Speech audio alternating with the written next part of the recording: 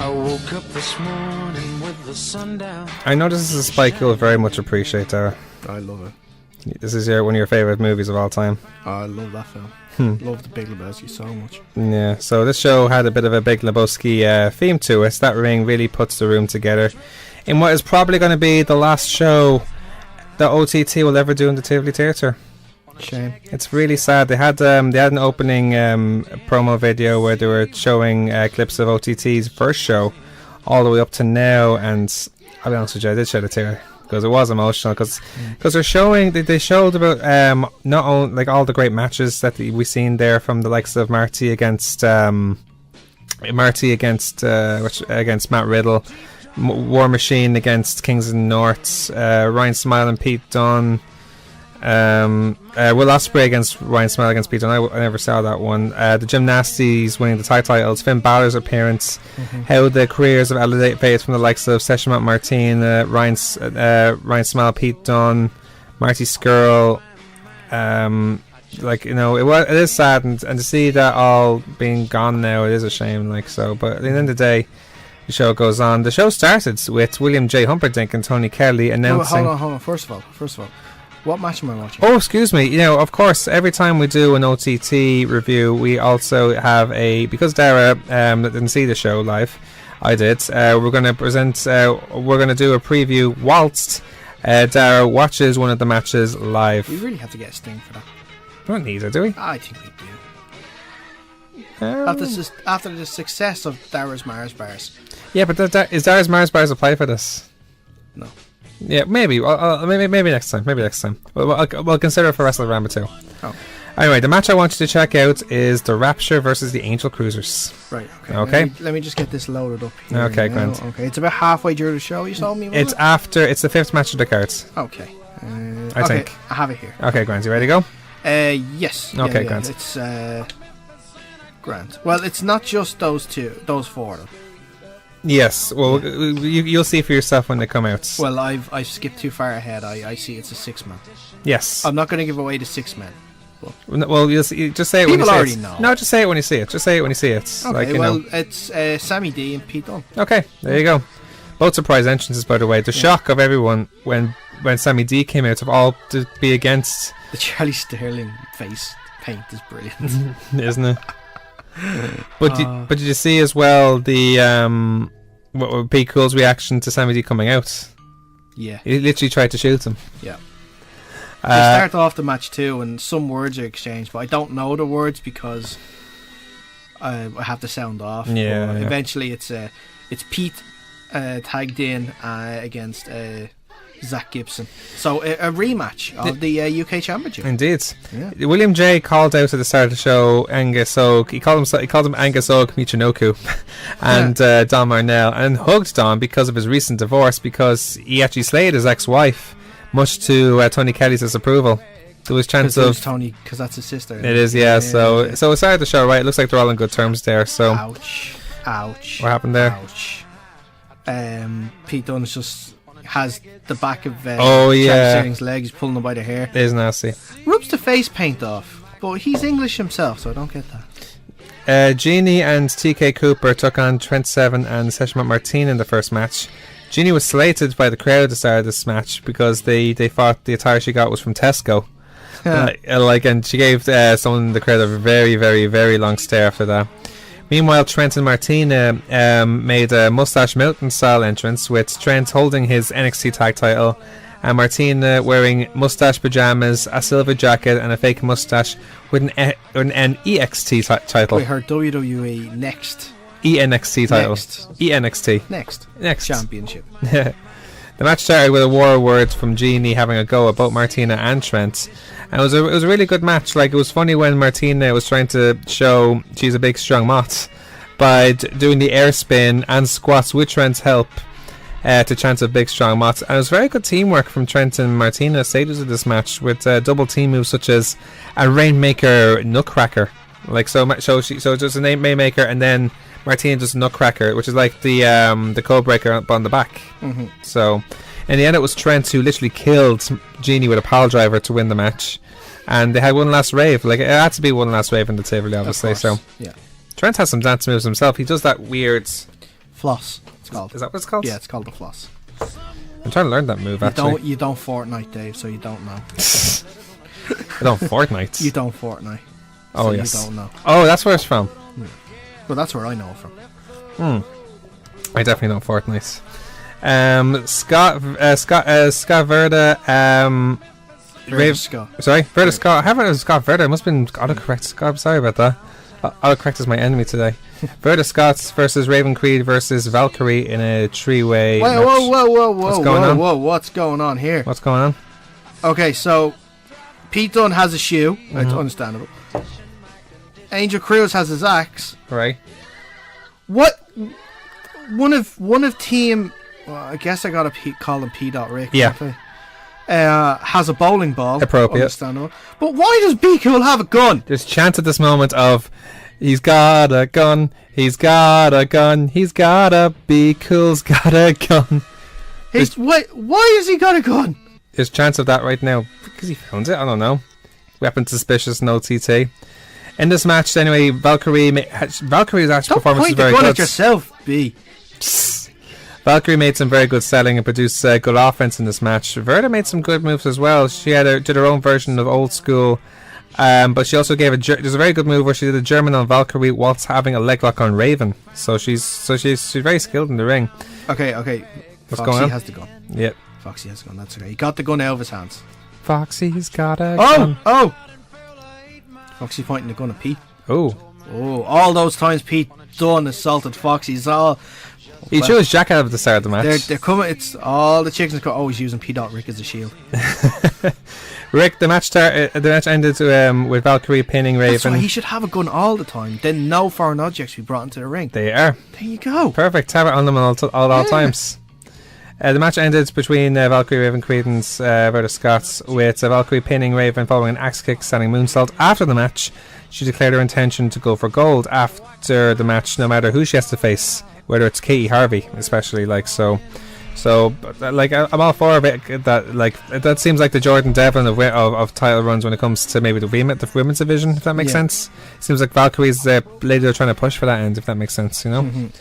Now, More Than Hype took on Club Tropicana and Colt Cabana.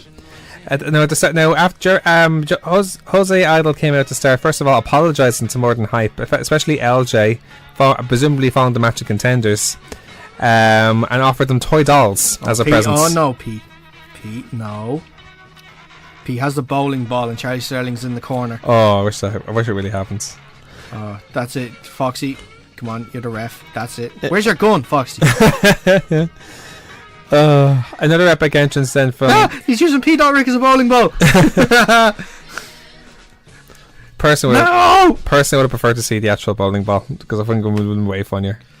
I don't know. That was pretty good. Okay. That was pretty good. And it was another epic entrance from Team Tropicana. Will Colts entering with them. And the match started with everyone, especially handsome Darren, as Jose Aldo almost called him. He called him handsome Darren to voice the face.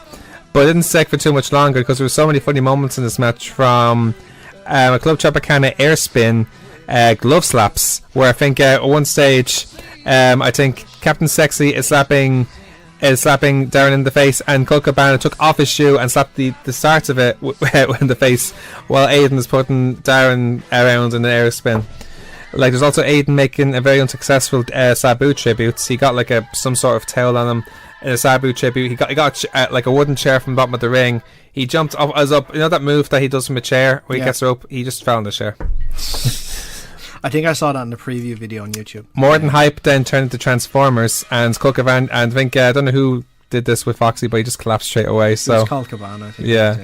And then the Team Tropicana made a bit of a WWE Attitudes tribute themselves with, like, this is actually very funny, where Captain Sexy tried to go for the people's elbow, but he had no elbow drop, so he borrowed Colt Cabana's Target one. He threw it into the stage. I'm like, no, I need that. The match ended then with Colt doing a Superman cradle, where it was like a cradle, but he jumped like in a Superman flying, but he trapped the leg with his own legs, and then gave extra leverage for Aiden and Sexy to win the match there. So it was a very good match, very entertaining match. I do like the fact that they're on a winning run. It's not being said, but it's still in the back of people's minds that if they lose again, they're fired. I still don't think they're keeping to that. I have to keep to that, though. Anyway, Speedball Mike Bailey made his return to OTT, taking on Angelico. This match actually started very slow, but it picked up viciously with Angelico. Like, I think he's mostly known for his high flying, but he showed some very impressive submissions and strikes against Bailey in this match. Yeah.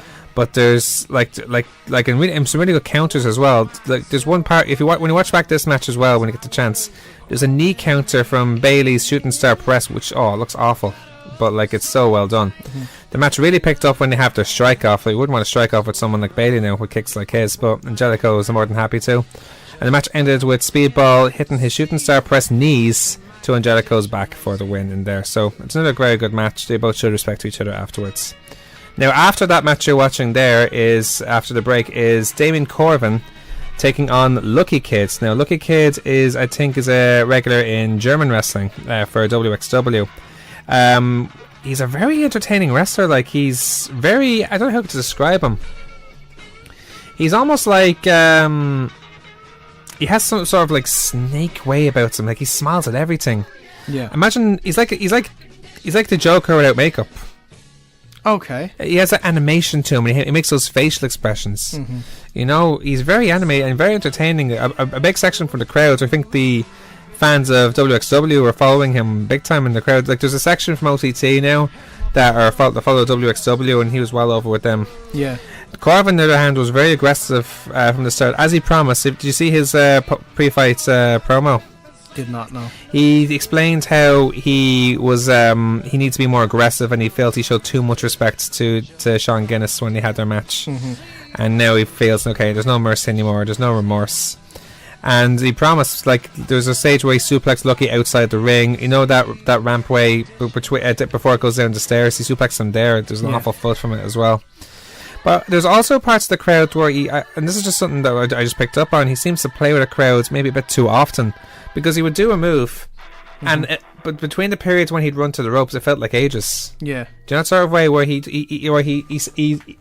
steps behind him, and he does his Kings of North pose, and takes maybe it probably just takes seconds, but it just feels like so much longer. Do you know that sort of way? Okay. So maybe what he did there maybe felt a bit too long than it should have been. Like, you know, but other than that, though, it was a very good match. After some really good near falls, Corvin won the match after a superplex, haluva kick, and suplex slam in his first singles win now since he's gone the solo run now. But Lucky Kid, I'd love to see again now over in OTT, because he's definitely someone who I think can get over with OTT. Like, all the crowd wants him back afterwards. What's the latest from the match there? Just got a hot tag for Be Cool after Angel Cruz was being targeted for a while. What's going on? Just Sammy D just took off the waist, the belt. And he just got Be Cool in the back with it. Oh my god. That was bad. It's a shame you can. What's that belt called? Weightlifting belt. Is it just called a weightlifting belt? I think so. Now you're gonna see, like, is he doing a pose right now? Yes. It's gonna get worse. Be Cool has it.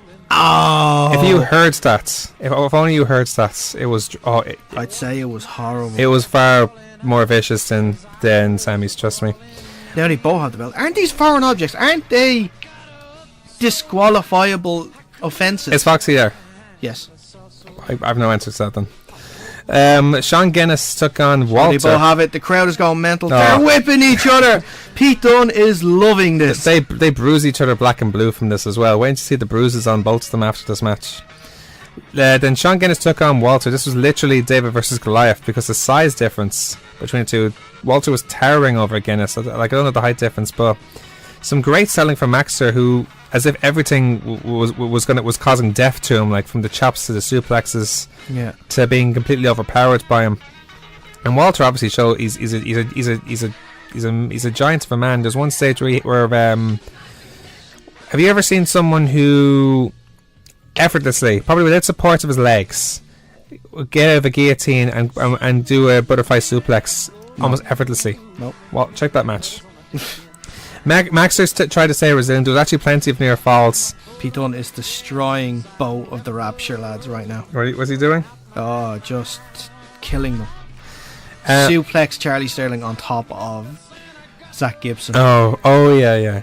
There's plenty of near falls in this match between Maxter and Walter, but then Maxter Cradle was counted into a Walter rear naked choke, And after 3 seconds, for arms in the air, gone. Yeah. Straight away. And like, you know, like, and the image, you should see the image of the act. There's a very great picture I've seen online about this, where I think Walter's facing the crowd with his hands behind his back, and Guinness almost looks dead beside Foxy, and lying in the ring like so. So it's a daunting image. And yeah, the main events then: Jordan Devlin and Mark Haskins for the OTT World Title, which started at the entranceway because Haskins attacked straight away during Devlin's entrance at the start of the match. He went in for a dropkick straight away when you know how Devlin walks around the ring. Yeah. Like when he made the second round around the ring, kick straight in. But then it took a bit of an interesting twist because Devlin looks to hurt his knee after landing a moonsault from the ring and the outside, and he sold it so well that you actually would have thought that he was actually injured. Am I even joking here? No, that sounds so similar to.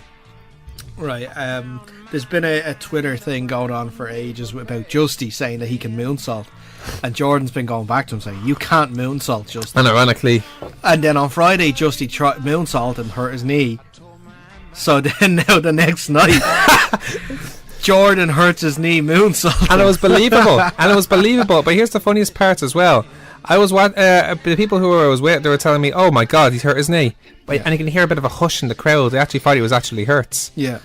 But as soon as I seen Haskins work on him, I'm like, no, he's not hurt, because there's no way he'd be working on that knee. But the way he still sold it, at one stage he had a move on him, and it's like Mark, as if he was really hurt. So it's fantastic selling, but great save by P. Rick. To the point where you'd think, oh my God, he's really hurt. But Devon stayed resilient to Haskins' submissions. He fought back with a beautiful tornado DDT, gone to a bloody Sunday, following straight into it in a period of terrific action at that stage. And looked like Devon then hurt his knee again after missing another moonsault, but ended up surviving Haskins' sharpshooters to say in the match there. What's your situation there?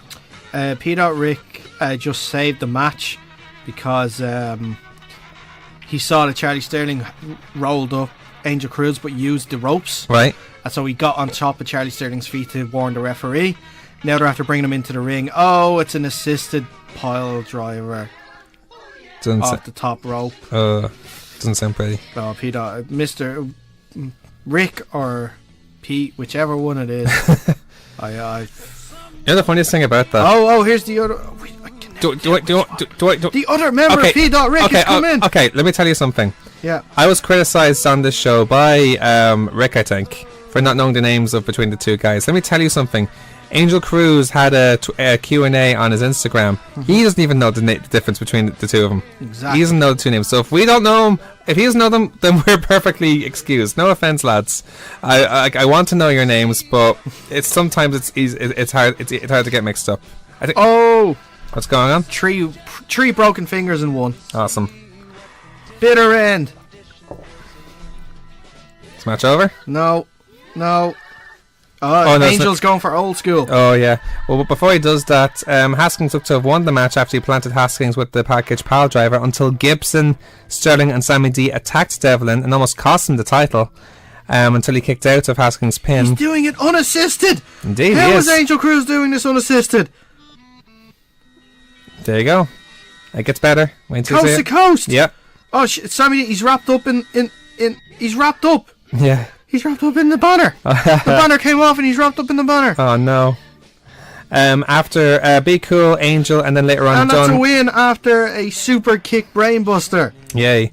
Be Cool, Angel, and later on Dunn, Trent and Martina made Rapture retreat after they brawled back to the curtain. Then Who made them retreat? Who made them retreat? First Be Cool and Angel Cruz, then Dunn, Trent, and Martina. Oh, okay. Then Foxy prevented Haskins from hitting Devlin with the title belt, but eventually Stone Cold Stunnered Haskins before Devlin hits another package pile driver for the win and retains the title in a terrific match. Straight after the match, Walter came out afterwards to challenge Devlin for the title.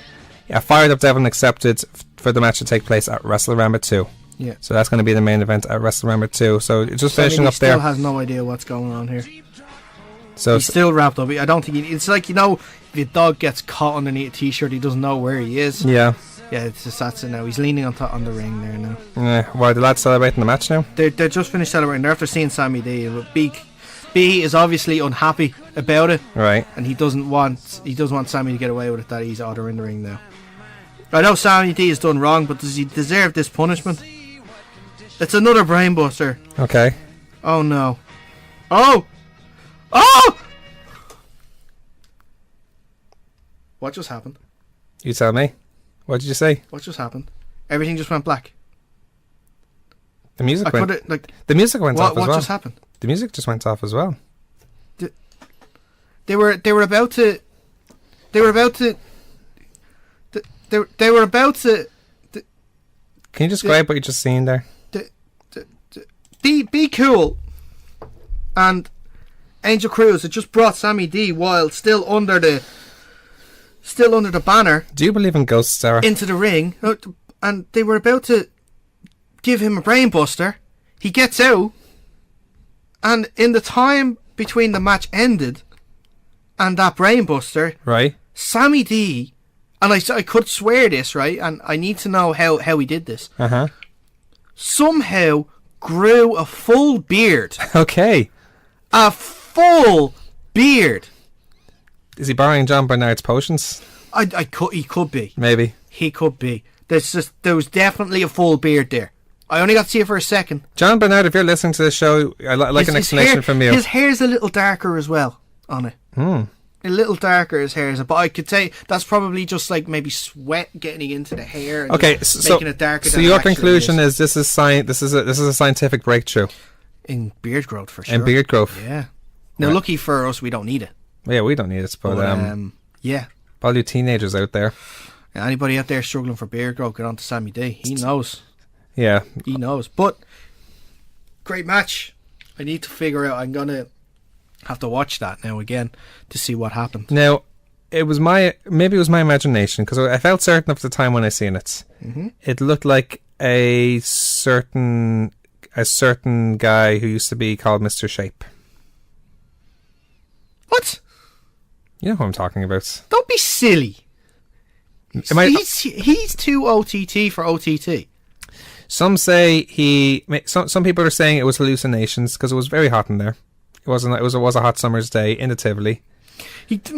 Some say that was a ghost. No, don't believe in ghosts. That was definitely Sammy. You'd convince it was Sammy with a beard. Definitely Sammy with a beard. It's and you know what the weird thing was? It's Sammy. He seemed to do a motion that I'm very familiar with. No, what's that?